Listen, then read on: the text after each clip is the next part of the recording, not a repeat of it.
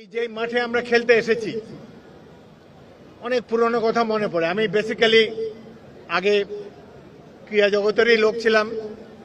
17 বছর ঢাকা ফুটবল লিগে খেলেছি। এই ধানমন্ডি ক্লাব খুব ভালো একটি টিম ছিল। রাজনৈতিক হস্তক্ষেপের ফলেই এই ক্লাবটিকে ধ্বংস করা হয়েছে। এই ক্লাবের সেক্রেটারি খায়রুল আলম পেয়ারু নির্মমভাবে তাকে হত্যা করা হয়েছে। 10 বছরের সাধারণ সম্পাদক, কোনো বিচারও হয় না এটার। এইভাবে ক্রীড়াঙ্গনে রাজনৈতিক দুর্বৃত্তদের প্রবেশের ফলে এই তো সেই ক্রীড়াঙ্গনের অধোগতি শুরু হয়েছে।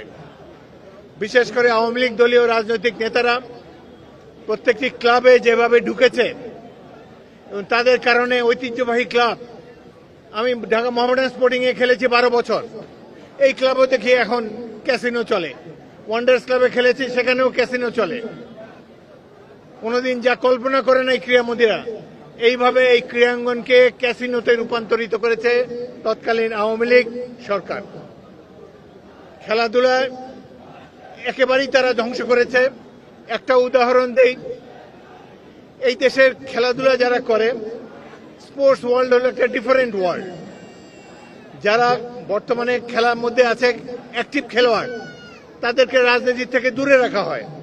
কিন্তু দেখেন এদেশের দুজন বিখ্যাত খেলোয়াড়, সাকিব আল হাসান ক্রিকেটার, মাশরাফি বিন মুর্তজা, যারা যখন জাতীয় দলে খেলে তাদেরকে এমপি বানিয়ে দেওয়া হয়েছে, বিনা ভোটের এমপি। তো বেচারাদের খেলাও নষ্ট হলো, রাজনীতিতেও তারা কন্ট্রিবিউশন করতে পারেনি। একসময় যারা ছিল জনগণের অত্যন্ত আরাধ্য, যাদের পিছনে জনতার ঢেউ লেগে থাকতো, আজকে তারা পালিয়ে বেড়াচ্ছে। এই কৃতিত্ব আওয়ামী লীগকেই দিতে হবে। তারা কিভাবে ভালো একটা জিনিসকে নষ্ট করে, এই সাকিব এবং মাশরাফির মাধ্যমে সেটি প্রমাণ হলো। খেলাধুলা ভাই অন্য জগৎ, এখানে রাজনীতি কুটচাল চলে না।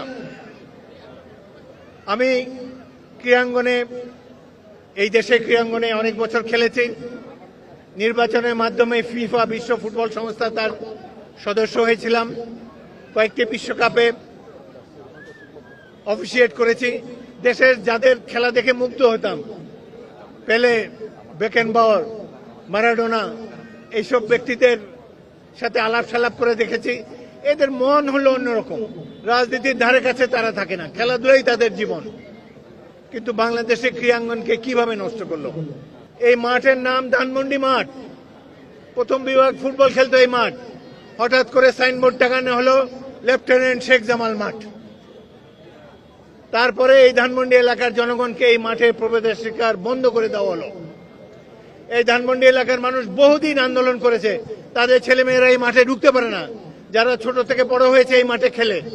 এটিকে একটি শেখ পরিবারের একটি ক্লাব দখল করে রেখেছে, সাধারণ মানুষের প্রবেশাধিকার নাই।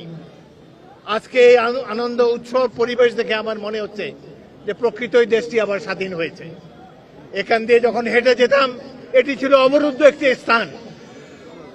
এখানে মাফিয়াদের স্বৈরাচারের রাজত্ব ছিল। আজকে দেখেন কি আনন্দমুখর জনতা উল্লাস ভরে করতালি দিচ্ছে। আজকে তারা মুক্ত, আজকে গুম হওয়ার ভয় নাই। কত ছেলে মেয়েকে তারা গুম করেছে। এই শহীদ পরিবার যারা এখানে এসেছে, এরা কোনো রাত্রে ঘুমাতে পারে না। তারা যখন তাদের ছেলে সন্তান ভাইয়ের কথা মনে হয়, তারা অভিসম্বাদ দেয় এই স্বৈরাচারী শেখ হাসিনাকে। এই কারণে এই পরিবারের উপরে যে দুর্যোগ নেমে এসেছে, আল্লাহর গজব নেমে এসেছে তাদের উপরে।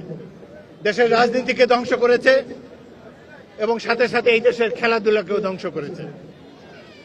খেলাধুলা নিয়ে যদি কোনো সেমিনার হয় কখনো, সেখানে আমি বলবো কিভাবে এই দেশের খেলাধুলাকে আওয়ামী লীগ সরকার